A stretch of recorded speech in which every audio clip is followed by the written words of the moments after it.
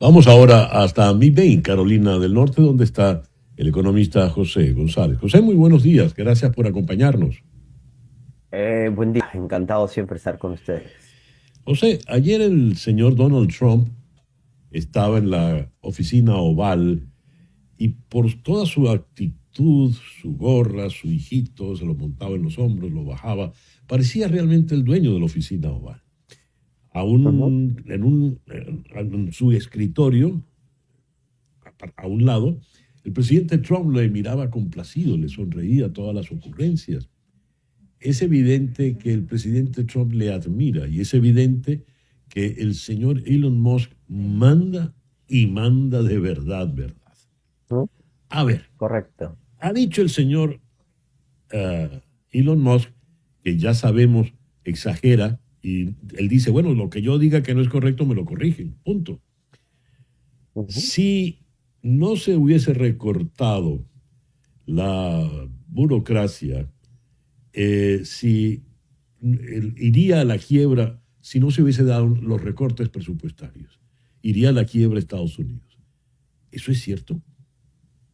No, de ninguna manera. De hecho, el presupuesto de la burocracia central en los Estados Unidos no es necesariamente el más grande en el presupuesto anual de la República. Recordemos ya a partir del año pasado, con el aumento de las tasas de interés, la partida más grande del gasto público anual es el pago de la deuda de los Estados Unidos. El segundo es el pago del Pentágono, en el cual está incluida la burocracia porque Ujú. las tropas trabajan para el Estado. Y ya el secretario de Defensa ha dicho que están esperando que la misión de Dodge y Elon Musk vayan al Ujú. Pentágono para que empiecen a ver las cifras de gasto del presupuesto de defensa, empiecen a dar sus sugerencias, lo cual subraya además lo que implica que Elon Musk y su grupo de muchachitos, porque empezamos a enterarnos que quien lo acompaña en este proceso son veinteañeros que están decidiendo cómo se gasta, en dónde se gasta y empiezan a tener acceso a partidas secretas en los Estados Unidos como las de defensa o las de inteligencia. Y el tercero, en términos de presupuesto, es la seguridad social, Ujú. particularmente el Medicaid, los servicios públicos médicos. La partida, la nómina del servicio público norteamericano son alrededor de 3 millones de trabajadores. Hay que recordar que somos 330 millones de personas.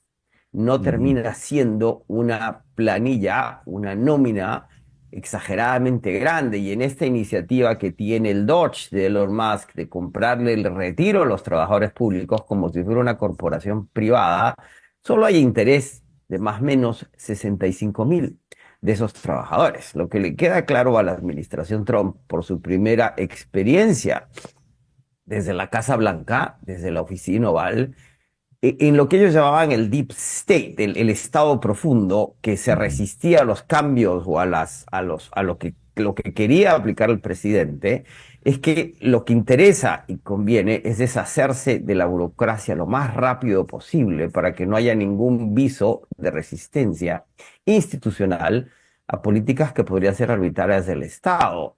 Weber, uno de los fundadores de la sociología contemporánea Ujú. alemán, decía que lo que más tememos los seres humanos es al cambio y que las burocracias impiden que ese cambio sea súbito. Las malas burocracias son las que no permiten ningún cambio o permiten todo cambio. Los autoritarismos siempre se han impuesto cuando se coopta a la sociedad y se copa al Estado.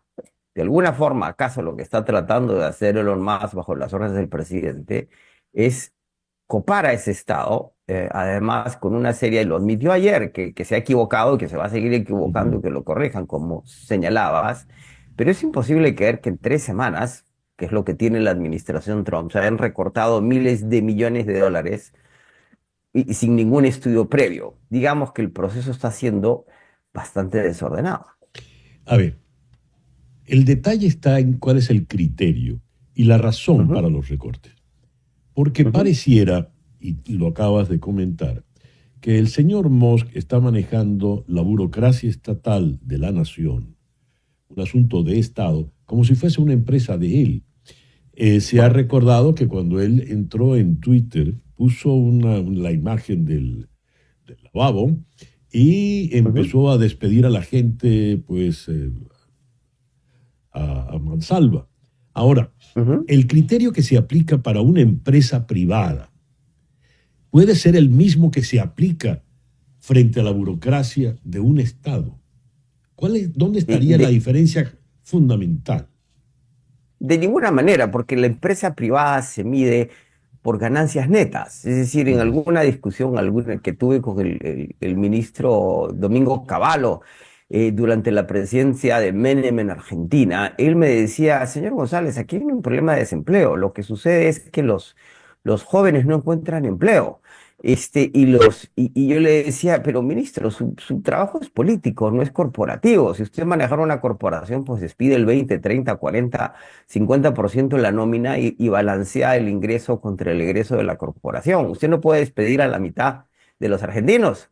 Y su Mm, trabajo es propiciar las condiciones como ministro, como cargo político de servicio público, propiciar las condiciones para que los jóvenes se encuentren empleo y las personas mayores no mueran en el abandono. Lo mismo ujú. sucede con la burocracia. La burocracia es indispensable para que el funcionamiento del Estado sea el adecuado. Una de las primeras cosas que hace Doge es suspender los planes federales. Hay que recordar, lo que está haciendo Trump son tres tipos de propuestas. No está legislando, no quiere legislar, entre otras cosas, porque solo tiene una mayoría de 3 senadores y de 5 diputados, en la medida que han perdido 2 diputados por los cargos en las secretarías que tienen que ser reemplazados, pero es una mayoría de 7. Es decir, no pueden cambiar la legislación porque no tienen las mayorías y no quieren esperar que el proceso suceda. Entonces Ujú. el presidente está emitiendo memorándums, órdenes ejecutivas y proclamas. Las proclamas no tienen ningún valor porque es proclamar lo que el presidente quiera sin que eso tenga un peso legislativo. Las órdenes ejecutivas no pueden contradecir leyes en curso en la medida que hay recursos judiciales que impiden que esas órdenes ejecutivas se sobreimpongan sobre las leyes. Y los memorándums son propuestas que ni siquiera tienen ningún viso de ejecución desde la oficina oval. Ahí había un memorándum que suspendía por 90 días todos los programas federales. En 48 horas se dieron cuenta rápidamente que incluían los beneficios a los veteranos, los beneficios de la seguridad social, los beneficios a los retirados, y eliminaron ese memo, lo retiraron. Es decir, tal cosa no sucedió, pero creó este ruido, esta desconfianza, esta dinámica económica con el presupuesto de la República que está causando volatilidad en los mercados financieros, tanto en los de acciones como los de deuda. Sí. Lo mismo sucedió con la eliminación del USAID. Eliminan el USAID, hay 500 millones de dólares en alimentos ya comprados, esperando ser distribuidos, abandonados en los puertos. No hay control sobre los gastos que se habían presupuestado Ujú. y estaban en curso. Hay una orden judicial que detiene para proteger a los empresarios del USAID que son diplomáticos en las distintas misiones en los Estados Unidos que hoy día no tienen ni dinero ni cómo regresar al país, ¿sí? Está detenido y el presidente dice que un juez no tiene más poder que la presidencia de la República y rechaza acatar las órdenes judiciales que detienen la decisión de la orden ejecutiva.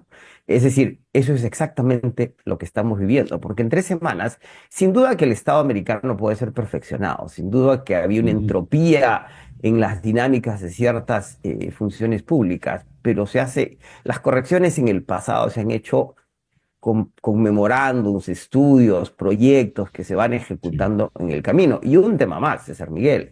Todos estos gastos han sido presupuestados y aprobados por el legislativo norteamericano, es decir, son parte de la ley anual de presupuesto. Y hay una Ujú. discusión constitucional si el presidente puede Sí. revertir o detener gastos decretados legislativamente que además tienen inspectores que los auditan Sí. y garantizan que el dinero se está gastando en esa medida. Sobre esto fue que escribieron su carta los exsecretarios del Tesoro. Vamos a hacer una Ujú. pausa, José. Al regreso vamos a hablar de ello y de lo que por lo visto es evidente, la improvisación y la falta de claridad y de objetivos en lo que está ocurriendo. Ya regresamos aquí con José González en Conexión. Conexión por Éxito 107.1 FM. Regresamos en Conexión con el economista José González. José, te leo unos extractos de la carta de los exsecretarios del Tesoro. El juez Brett Kavanaugh de la Corte Suprema dijo: el presidente no tiene autoridad unilateral para negarse a gastar los fondos. El presidente de la Corte, John Roberts: ningún área parece más claramente competencia del Congreso que el poder del dinero. Y dice: durante los 18 años que llevamos juntos al frente del Tesoro, nunca se nos pidió que impidiéramos que se pagaran en su totalidad los fondos asignados por el Congreso. ¿Qué es lo que está ocurriendo entonces ahora, José? Podríamos estar enfrentando una crisis constitucional, en la medida que es muy claro por la Constitución de los Estados Unidos que el Congreso tiene the power of the purse, el poder de la cartera. ¿Sí? El primer poder del Estado en los Estados Unidos es el Congreso de la República, no el Senado, la Cámara de Representantes. El segundo poder es la presidencia, el tercero el Senado, y después vienen los otros poderes del Estado para los checks and balances. De allí que cuando un juez de apelaciones detiene una orden ejecutiva porque contradice una ley, y cuando el presidente dice que la presidencia tiene más poder que cualquier juez, que además lo odian personalmente y están asumiendo procedimientos judiciales porque no toleran a Trump, lo que está es desconociendo el poder constitucional del poder judicial. No es el poder de un juez de apelaciones en Connecticut contra la presidencia de la República, es el poder judicial deteniendo una decisión, una orden ejecutiva que evidentemente contradice una ley, en este caso la ley del presupuesto. Nada impide que el presidente, que la oficina de la presidencia haga más eficiente ese gasto, lo modere, busque algún tipo de beneficio, pero no puede detenerlo, porque además ha sido presupuestado, apropiado, se dice en inglés, es una appropriation, o sea, del presupuesto se apropia, el Tesoro lo presupuesta y se ejecuta ese gasto a través de una serie de procesos y de auditorías.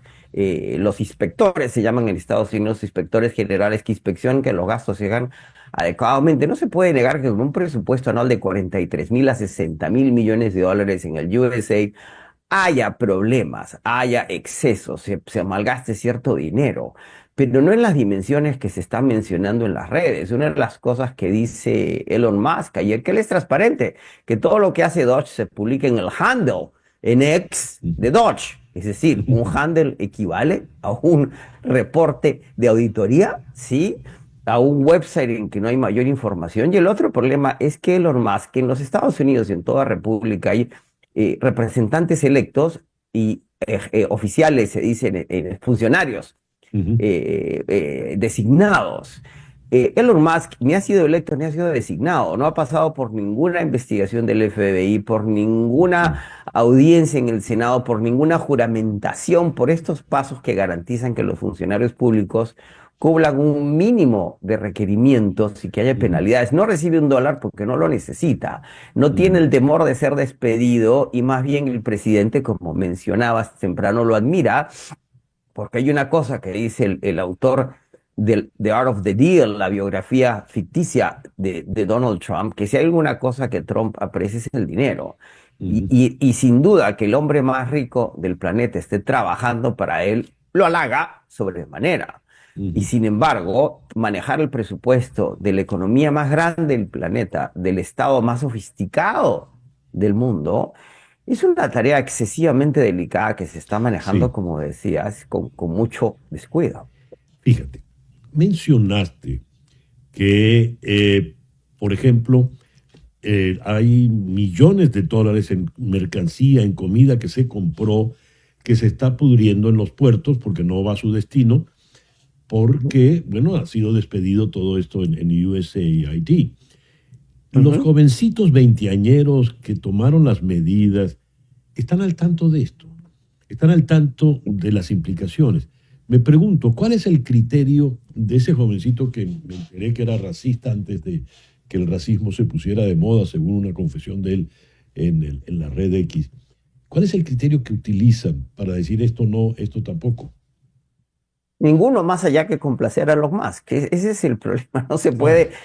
Ayer el secretario de Comercio, en una audiencia, conferencia de prensa televisada de las que organiza el presidente Trump todos los días, Decía en lo que firmaba una orden ejecutiva el presidente: usted, presidente, acaba de crear 250,000 puestos en la industria del acero de los Estados Unidos. ¿Y cómo así 250,000 puestos? Ya tenemos a los obreros, están uniformados, listos, preparados.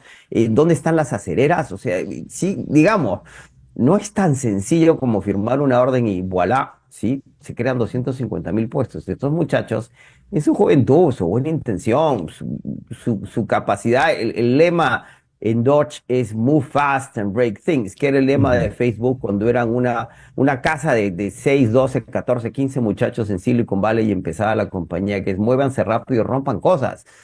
Eso puede funcionar en un startup en Silicon Valley, pero no en la administración del Estado de los Estados Unidos. Eso es como ponerse a jugar con un avión a 32,000 pies de altura con 300 personas en la parte de atrás de la cabina, ¿sí? Sí. No hay criterios, pero recordemos, la administración Trump hizo cosas similares durante la pandemia, incluyendo en una conferencia de prensa en donde el presidente de los Estados Unidos, Donald Trump, nos recomendó inyectarnos lejía para curarnos de la COVID. Digamos que no es nuevo y sin embargo es mucho más delicado de lo que pasó en el primer gobierno porque no hay nadie que lo contenga. Y además, en el caso del USAID, hay muchos mitos alrededor del USAID. Nosotros trabajamos con ellos directamente en Perú en la lucha contra las drogas en los 80s, cuando era periodista ya. Y su labor es loable. Se creó en el año 61 por la administración Kennedy para contener la influencia del comunismo internacional de la Unión Soviética. Sin duda que la institución puede estar con una necesidad de renovación, pero no de eliminación completa. Y no es casual que las dictaduras más duras y más terribles del planeta estén aplaudiendo el cierre del USAID. Es decir, mejor dicho, que aquí se encuentran tirios con troyanos y no necesariamente con las mejores agendas. Así es. El señor Musk ha unido a Putin, Maduro, Bukele, en fin. José, muchas gracias por estos minutos en la mañana de hoy. Un placer, encantado siempre. El economista José González desde McBain, en Carolina del Norte. Una pausa y ya regresamos en Conexión.